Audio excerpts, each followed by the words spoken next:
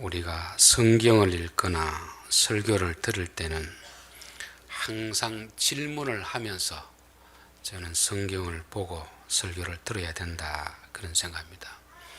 설교를 들으면서 성경을 보면서 왜 하나님이 저런 말씀을 하셨을까?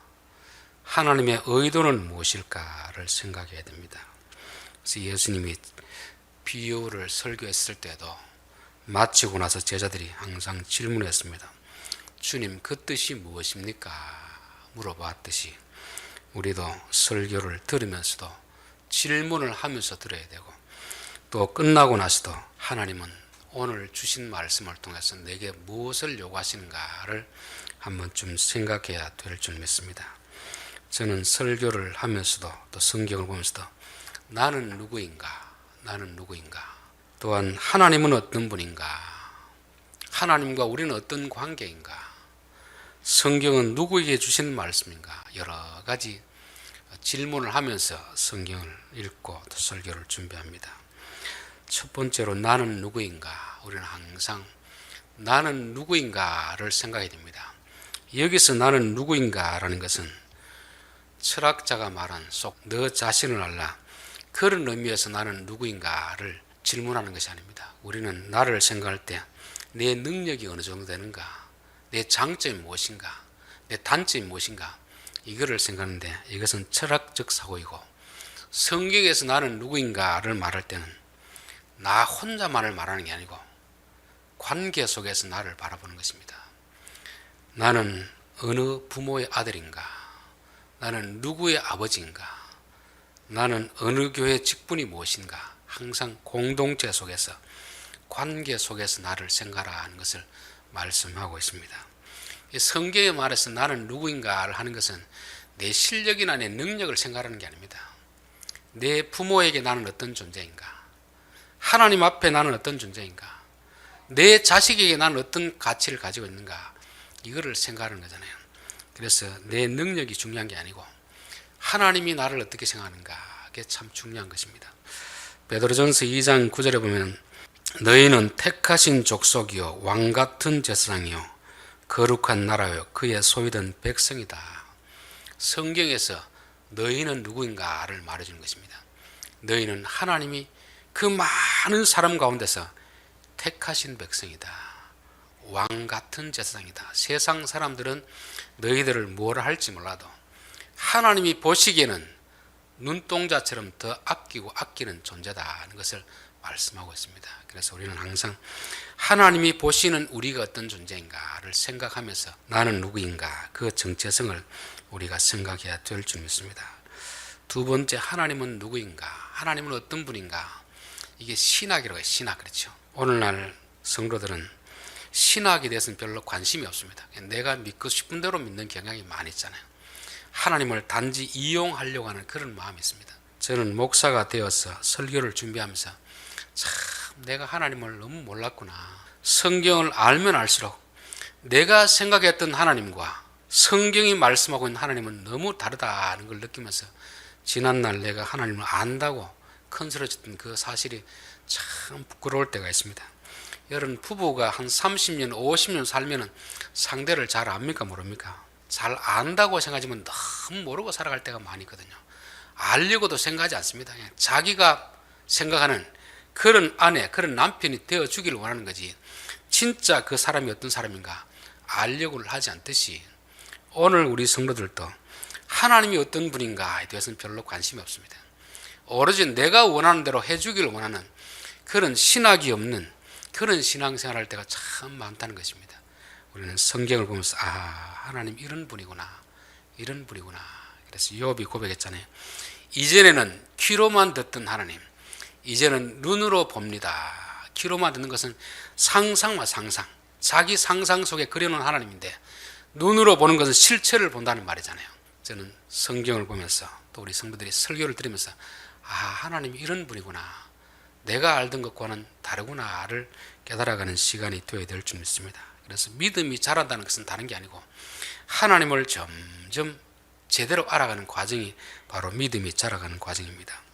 그리고 하나님과 우리는 어떤 관계인가, 어떤 관계인가.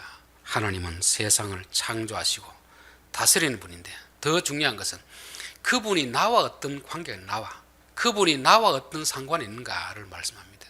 아무리 하나님이 능력이 있다고 하더라도 나와 아무런 상관이 없다면 우리는 관심을 가질 대상이 아닙니다. 하늘에 계신 우리의 아버지요, 그 하나님은 우리의 아버지가 되시기 때문에 하나님을 알면 알수록 아하, 이런 분이 우리 하나님이구나를 우리가 알아야 되는 것입니다. 그리고 성경 말씀은 누구에게 주신 말씀인가? 이 성경 말씀은 누구에게 주신 말씀입니까? 성경은 베스트셀러입니다. 성도들만 보는 것이 아니고, 그래도 조금 지식층들, 좀 뭔가 사회 지도자가 될 사람들은 필독서가 성경입니다. 성경은 모든 사람이 읽을 수 있거든요. 그러나 진짜 이 말씀이 와닿는 그런 것은 성도들입니다. 성도들, 하나님의 자녀들에게 주신 말씀이거든요. 특별히 잠언은 아버지가 아들에게 주시는 말씀입니다. 저 바깥에 있는 다른 사람에게 주신 말씀이 아니에요. 예수님이 설교할 때도 비유를 하신 이유가 그것입니다. 제자들이 예수님 왜 비유로 설교를 하십니까? 알아듣도록 말씀하시죠. 그러니까 이 천국의 비밀을 너희에게는 알도록 허락되었지만 저들에게는 아니 되었다는 것입니다. 예수님 앞에 많은 군중들이 와서 설교를 들었는데 예수님은 설교를 하는데 그 몇몇 제자들에게만 깨달아지도록 그렇게 말씀하시고, 다른 사람들은 이해는 되었지 몰라도 그들과 상관없는 그런 말씀이 되는 것입니다. 잠언의 말씀도 하나님을 믿는 백성들에게는 진리의 말씀이 되지만 하나님을 믿지 않는 사람들에게는 단지 자기를 어렵게 하는 도덕적 교훈에 불과하다는 것을 우리가 알게 되는 것입니다. 그래서 우리가 특별히 잠언을 볼 때는 아버지가 아들에게 주시는 말씀이구나, 우리의 영적인 아버지가 되신 하나님이 영적인 자녀가 되는 우리에게 주시는 말씀이구나를 생각이 됩니다. 그리고 잠언은 한결같이 두 부류의 사람을 나눕니다. 의인과 악인을 나누거든요. 이런 사람은 의인이다, 이런 사람은 악인이다 이렇게 말하지 않고 의인은 이렇게 행동한다, 악인은 이렇게 행동한다 말씀합니다. 우리가 이제 성경에서 의인과 악인이라고 나눌 때 자칫 우리가 오해할 수 있는 것이 어떤 행동을 가지고 의인이다 악인이다 그렇게 생각하면 안 됩니다. 세상에는 사람을 어떻게 나눕니까? 그 사람이 악한 행동을 하면 악인입니다. 의로운 행동을 하면 의인으로 이렇게 보는 거잖아요. 그래서 보통 사고 났을 때 보면 어떤 사람이 뛰어들어서 자기 목숨을 아끼지 않고 어떤 사람 구하면 뭐라고 합니까? 의인이다 하잖아요. 의인. 즉 세상은 그 사람이 하는 행동을 가지고 의인이다 악인이다 평가하는 것입니다. 성경에서는 행동을 가지고 평가하는 게 아니고 신분을 가지고 평가하는 신분, 하나님을 믿는 사람을 의인이라 하는 것입니다. 하나님을 안 믿는 사람을 악인이라는 것입니다. 물론 하나님 믿는 사람은 도덕적으로 조금 더 착하게 살아야 되는데 반드시 그렇지는 않습니다. 그래서 우리가 성경을 볼 때 의인이다 악인이다 하는 것은 도덕적 기준이 아니다 하는 것을 우리가 이해할 필요가 있습니다. 창세기 6장에 보면 노아는 의인이요 당대의 완전한 자라. 우리가 생각할 때 노아는 어떻다는 겁니까? 그 시대에 가장 착한 사람이라 생각할 수 있는데 그렇지 않습니다.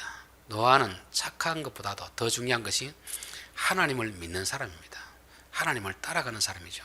그래도 노아는 좀 이해가 되는데 창세기 18장에 나오는 롯은 좀 이해가 안 되잖아요. 그렇죠? 근데 아브라함이 롯을 위하여서 기도할 때 뭐라고 하냐면은 아브라함이 가까이 나아가 이르되 주께서 의인을 악인과 함께 멸하려 하시나이까.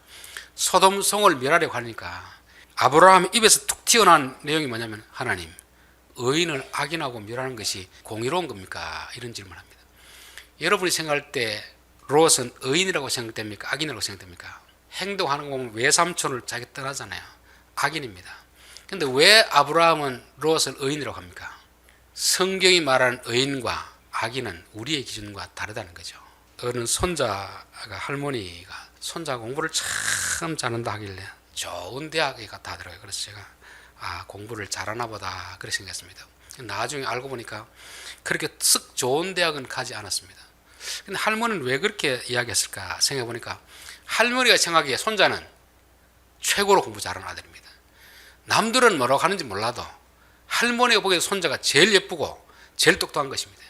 할머니가 보는 손자하고 남인 제가 보는 거 다르잖아요. 우리 성도들도 마찬가지입니다. 하나님이 보는 기준하고 세상 사람이 보는 기준은 다르다는 거죠. 그래서 우리는 세상 사람이 나를 어떻게 보느냐가 중요한 것이 아니고 하나님이 나를 어떻게 보느냐, 그게 중요한 것입니다. 그래서 또 잠언에는 한결같이 나오는 표현이 의인은 이렇게 행동한다, 악인은 이렇게 행동한다, 그렇게 표현한 것입니다. 왜 그렇게 하냐면은 우리에게 너희는 의인이니까 의인답게 살아야 되지 않겠나, 즉 너희는 믿는 사람이니까 믿는 사람답게 살아야 되지 않겠나, 그것을 말씀하는 것입니다. 왜냐하면 우리가 믿기 전에 상태가 있거든요. 믿기 전에 여전히 악인의 삶을 살았기 때문에 믿은 후에는 신분이 바뀌었으면 행동도 바뀌어지지 않는가, 그걸 설명하기 위해서 성경에 있는 것입니다. 왜 외전대로 살려고 하느냐, 이것이잖아요.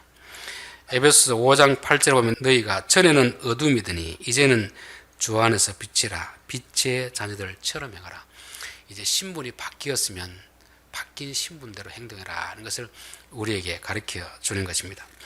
로마서에서도 너희는 이 세상을 본받지 말고 하나님을 믿는 의인의 삶을 본받아라, 그렇게 말씀하는 것입니다. 그래서 잠언의 내용은 다 이 두 가지로 되어 있습니다. 너희는 악인의 삶을 본받지 말고 의인의 자녀로 삼아라 하는 것을 말씀하고 있습니다.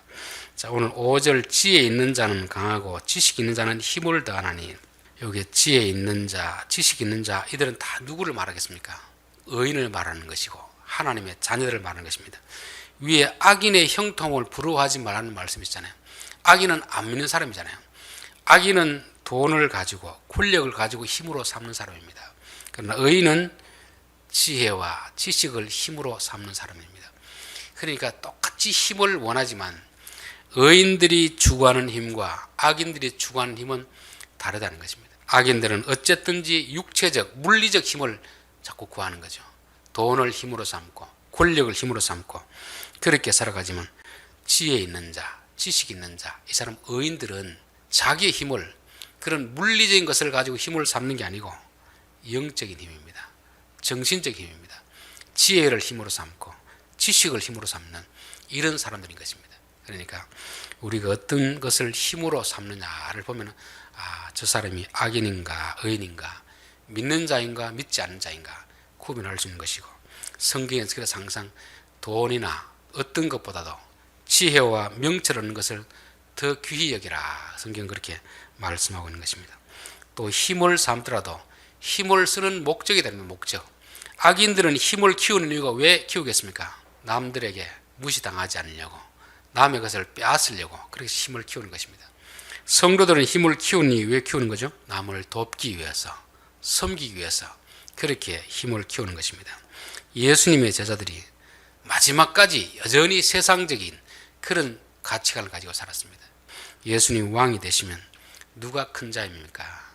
누가 실세입니까? 물었을 때 세상의 실세들, 세상의 큰 자들은 남들 위에 군림하고 자기가 모든 걸 차지하지만 너희들은 그렇게 해서는 안 된다.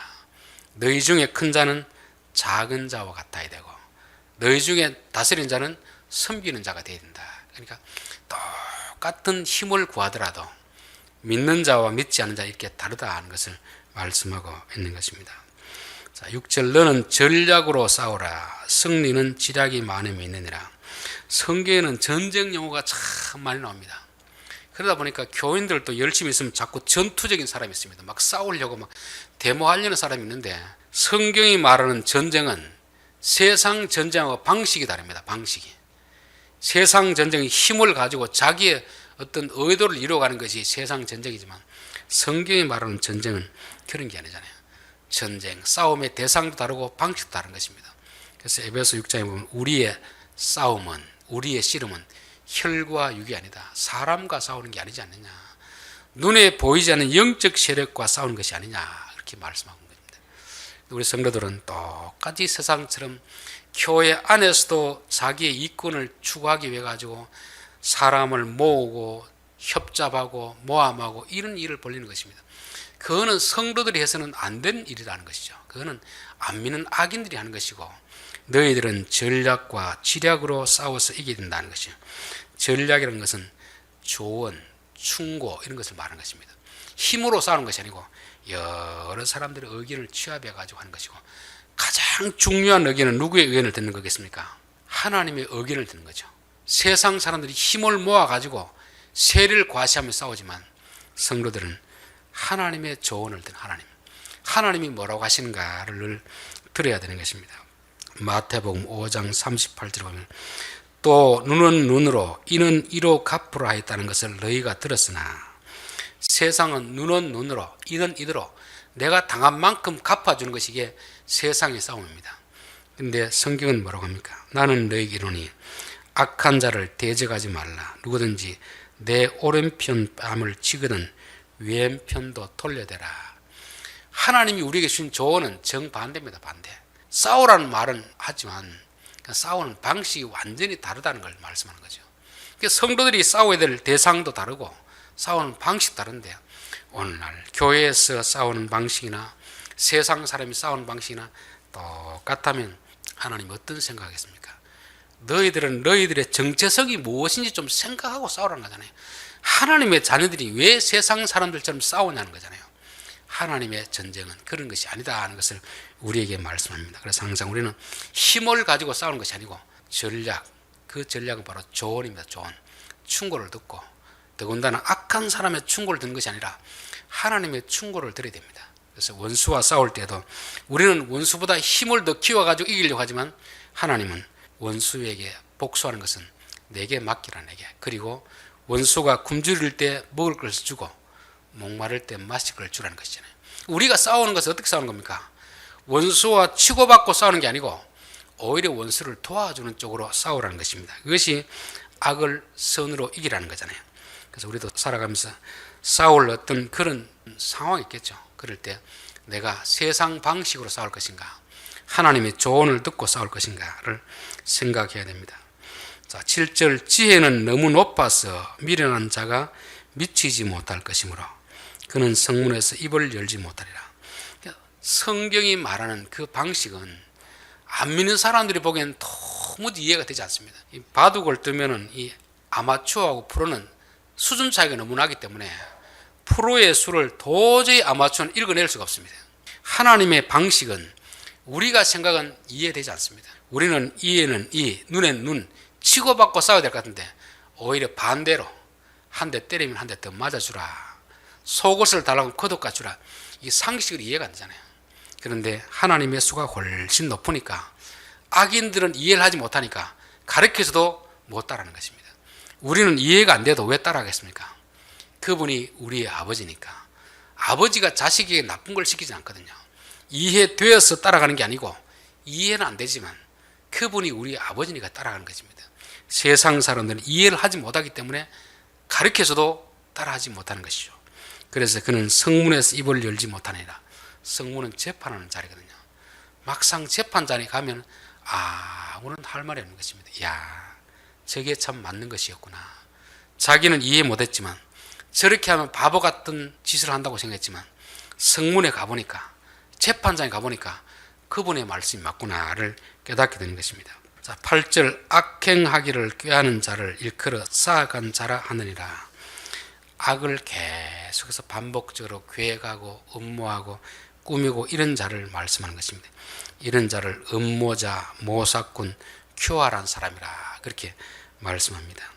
즉 악한 사람들은 생각 자체가 늘 자기를 위하여서, 우리 한글 성경에는 번역이 안 되는데 악한 사람이 자기를 위하여 악한 음모를 꾸미는 것입니다. 세상의 사람들, 특별히 악한 사람들은 항상 어떤 일을 할 때 내게 무슨 이득이 될까 사람을 이용하는 거잖아요. 위해 주는 척 하면서 악을 꾸미는 거죠. 악을 꾸미는 것입니다. 9절 미련한 자의 생각은 죄요 거만한 자는 사람에게 미움을 받느니라. 요 미련한 자라는 것은 위에 말하는 악을 꾀하는 자입니다. 즉 악을 꾀하는 자가 미련한 자라는 거잖아요. 그런 자의 생각이 죄라는 것입니다. 악한 사람은 자기를 위해서 교묘한 어떤 일을 꾸밉니다.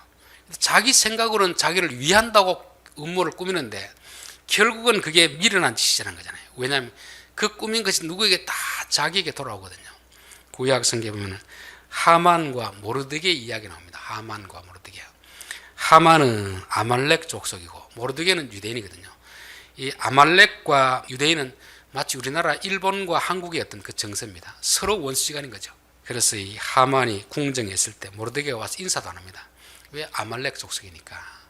그래 저놈 괘씸한 놈, 어떻게든 저놈을 죽여야 되겠다 생각하고 긴 장대에 목매에 달아 죽이려고 그 밧줄을 만듭니다. 결국 그 밧줄에 누가 매달리냐면은 자기가 매달리는 거잖아요. 하만은 자기 나름대로는 똑똑하다고 생각했습니다. 그래서 악을 꾀했잖아요. 근데 그 악한 꾀의 음모가 죄가 되는 것이고 결국 사람들에게 미움을 당하는 그런 형국을 우리가 보게 되는 것입니다. 그래서 우리는 항상 의인들은 나를 위해서 남을 해코지 하려는 그 음모를 꾸미면 결국 우리에게 돌아오는 것인데 이거를 세상 사람들은 모르는 것입니다. 성도는 이 비밀을 알고 있는 사람입니다. 10절 내가 만일 환난 날에 낙담하면 내 힘이 미약함을 보임이니라. 하나님이 악인에게도 환난을 가하고 의인에게도 환난을 가합니다. 근데 의인에게 환난을 가하는 것은 멸망시키기 위해서 하는 게 아니고 우리가 잘못된 길을 갈 때 돌이키게 하기 위해서 환난과 고난을 가하는 것입니다. 근데 그 환난이 닥쳤을 때 능히 극복하는 사람이 있고 어쩔 줄 몰라가지고 우왕좌왕하는 사람이 있습니다. 그때는 내 힘이 미약하다, 힘이 지혜가 부족하다, 우리로 말하면 믿음이 부족하다 하는 것이잖아요. 우리는 어려움을 당하기 전에 내가 믿음이 참 좋은 줄을 착각합니다. 어려움을 당하기 전에 내가 참 똑똑한 걸로 생각합니다. 막상 어려움이 딱 닥치고 나면 야, 내가 이렇게 무지했던가, 내가 이렇게 믿음이 없었던가를 알게 되잖아요. 하나님이 이런 착각에서 벗어나도록 우리의 가끔씩 환난을 가하는 것입니다. 예수님의 제자들에게도 배를 타고 건너가자 하잖아요. 그리고 예수님은 주무시는 척하면서 뭐랍니까? 풍랑을 일으켜서 배를 막 흔들어 버리잖아요. 그때 이들은 어쩔 줄 모르는 거죠. 그래서 자기 나름대로 막 해결하려고 하다 안 되가 나중에 스승님 좀 도와주십시오 깨울 때 예수님이 믿음이 적은 자들아, 믿음이 적은 자들아, 내가 풍랑을 일으키기도 하시고 잠잠기도 하시는 그 하나님의 아들이 옆에 타고 있는데도 불구하고 이렇게 호들갑을 떠느냐 그 말이잖아요. 그래서 제자들의 믿음이 부족함을 깨우쳐주시고 이제부터는 좀 더 하나님을 의지해라는 거잖아요. 그래서 우리 성도들이 믿음이 있으면 어려움을 당했을 때 우왕좌왕하지 않습니다. 낙심하지도 않습니다. 아, 내가 뭔가 잘못된 길을 가고 있으니까 하나님이 나를 깨우치시려고 이렇게 하는구나. 그렇게 사인으로 받아들이면 됩니다. 그래서 그 상황을 잘 극복하면 우리의 믿음은 한 단계 더 성숙하게 되는 것을 말씀하는 것입니다. 자, 11절 너는 사망으로 끌려가는 자를 건져주며 살육을 당하게 된 자를 구원하지 아니하려고 하지 말라. 이게 이제 성도들의 사명이고 성도들이 마땅히 해야 될 책임입니다. 책임. 세상 사람들 우리를 힘들게 하는 사람은 어떻게 합니까? 미워하고 원수를 갚으려고 하잖아요. 그런데 너희는 악인들의 형통함을 부러워하지도 마라. 부러워. 왜냐하면 그 형통함이 어디로 가는 겁니까? 사망으로 가는 거거든요. 사망으로. 그렇죠. 악인이 죄를 짓고도 아무런 벌을 안 받는 것은 하나님이 모르기 때문에 그렇지 아닙니다. 그 끝이 사망이기 때문에 그냥 미끄러운 가운데 두시는 거잖아요. 그렇죠. 그래서 악인을 형통을 부러워한다는 것은 악인의 결말을 모르기 때문에 부러워하는 것입니다. 여러분 주위에서 분명히 저분은 거짓말을 하고 속이고 이런 데도 잘 된다 싶으면 부러워하지 말고 불쌍히 여기게 됩니다. 아, 끝이 비참한데 왜 저렇게 하고 있을까? 하나님이 살아계시는데 그런 생각을 가지고 부러워하는 게 아니고 불쌍히 여기게 됩니다. 여기 사망으로 가는 자가 바로 악인 그렇죠. 악인의 형통함이 바로 사망으로 가는 자입니다. 자, 그런 것을 불쌍히 여길 뿐만 아니고 또 뭘 해야 됩니까? 그곳에서 건져줘야 될 책임이 우리에게 있습니다. 그들을 건져주라는 거잖아요. 모른 척 하지 말라는 거잖아요. 우리를 힘들게 하는 사람이 어려움을 당하면 어떻게 합니까? 아이고 잘됐다 그렇게 생각하지 말라는 거잖아요. 그들이 얼마나 불쌍한 존재들인데 그들을 부러워도 하지 말고 불쌍히 여기고 또 그들을 도와서 건져주라 그렇게 말씀하는 것입니다. 자, 왜냐하면 12절 내가 말하기를 나는 그것을 알지 못하였노라 할지라도 마음을 저울질 하시는 이가 어찌 통찰하지 못하시겠으며 내 영혼을 지키시는 이가 어찌 알지 못하겠느냐. 그가 각 사람의 행위대로 보응하시리라. 하나님이 우리 앞에 악한 사람이 사고를 당하고 어려움을 당하게 하시는 것은 우리를 지금 뭐 하는 겁니까? 테스트하는 테스트. 너가 의인의 삶을 사느냐 악인의 삶을 사느냐 테스트하는 것입니다. 몰랐다고 핑계대지 마라. 하나님이 지금 테스트하기 위해서 그 상황을 딱 뒀는데 너희가 몰랐다고 핑계대지 못한다는 것입니다. 그러면서 하나님은 각 사람이 행한 대로 갚아주시리라. 이게 망고불변의 법칙 아닙니까? 이거는 창세기부터 계시록까지 계속해서 나오는 말씀입니다. 하나님은 법대로 다스리는 분이지만 또 하나의 중요한 법이 뭐냐면 각 사람이 다른 사람에게 행한 대로 갚아주리라. 그리고 우리가 남에게 원수를 갚고 싶어도 갚지 못하는 이유가 왜 그렇게 되겠습니까? 내가 남에게 원수를 갚으면 내가 또한 그런 상황에 처할 수 있거든요. 그래서 남을 긍휼히 여기는 자는 복이 있나니 그가 하나님의 긍휼히 여기심을 받으리라. 그래서 우리는 항상 다른 사람을 대할 때 다른 사람에게 행하는 것이 곧 하나님이 내게 행하는 일이다. 그래서 내 원수라도 내가 잘 대해주면 우리에게도 원수가 있을 거 아닙니까? 우리를 싫어하는 사람이 있을 거 아닙니까? 그럴 때 하나님께서 그 원수가 우리에게 내가 행한 대로 그대로 하도록 갚아주신다는 것입니다. 저는 성경에서 참 이 말씀보다 더 두려운 말씀 없다고 봅니다. 그래서 항상 내가 남에게 원수를 갚으며 또 누군가는 나에게 원수를 갚게 되어 있습니다. 그러나 내가 원수를 갚을 수 있지만 오히려 그를 도와주면 내가 어려움을 당했을 때 하나님이 그를 통하여서 또 도움을 받게 하시고 내가 남에게 의를 행하면 내가 어려움을 당할 때 하나님이 누군가를 통해서 내게 의로 갚아주신다는 것이 이게 하나님의 법칙입니다. 법칙. 그래서 각 사람이 그 행한 대로 갚아주리라. 특별히 우리보다 약한 사람들, 어려운 사람들, 또 원수를 대할 때 내가 저 사람에게 대하는 것이 곧 하나님이 내게 대하시는 방식이다 하는 것을 알면 우리가 항상 행동할 때 늘 조심을 하게 될 줄 믿습니다. 우리 성도들은 하나님의 거룩한 백성입니다. 성도란 말이 구별되다 하는 말이거든요. 구별된. 도덕적으로 아주 남들보다 탁월하다는 말이 아닙니다. 하나님이 우리를 구별해 주셨습니다. 그러면서 너희들은 구별된 백성이니까 세상 사람과 조금 다르게 살라. 그게 성경의 가르침입니다. 악인들은 자기의 부를 얻어서 남들 위에 군림하고 더 뺏으려고 하지만 너희들은 그런 것을 힘으로 삼지 말고 지혜와 지식으로 힘을 삼아라. 그리고 힘을 가지고 다른 사람들, 약한 사람들을 힘들게 하지 말고 약한 사람을 도와주라. 약한 사람을 일으켜주라. 그렇게 말씀하고 있는 것입니다. 우리의 싸움은 혈과 육이 아닙니다. 힘으로 싸우는 게 아니고 돈으로 싸우는 게 아니고 전략으로 전략. 그렇죠. 그 전략 중에 가장 좋은 전략이 뭐겠습니까? 하나님이 우리에게 주신 전략입니다. 그 말씀 아닙니까? 이에는 이가 아니고 한 대를 맞으면 한 대를 더 맞아주는 것이 이게 하나님의 전략입니다. 이 전략은 악한 사람은 도무지 이해할 수 없는 것이죠. 하나님의 생각은 우리의 생각과 달라 하늘과 땅이 다르듯이 그만큼 이해가 되지 않습니다. 그래서 악인은 하나님의 생각을 읽고 들어도 따라하지 못합니다. 그런데 우리는 비록 이해가 되지 않더라도 이게 우리의 아버지 되신 하나님이 주신 말씀이기 때문에 순종하는 것입니다. 결국 이것이 옳았다 틀렸다는 어디서 나타나겠습니까? 성문에서 재판 자리 가면 아하, 우리가 한 선택이 바른 선택이구나, 저 악한 자의 선택은 잘못된 것이구나, 그것을 깨닫게 되는 것입니다. 악한 자는 계속 반복해서 자기를 위해서 남을 해를 끼칠 생각을 하는데 그게 미련한 것 아닙니까? 결국은 그 자기가 꾸민 음모가 자기에게 돌아오는데 그거를 모르고 그렇게 하는 것입니다. 성경은 우리에게 뭡니까? 각 사람이 행한 대로 갚아주리라. 그래서 우리가 하는 모든 선행이나 악행은 남에게 하는 선행도 내게 돌아오는 것이고 남에게 행한 악행도 우리에게 돌아오는 것입니다.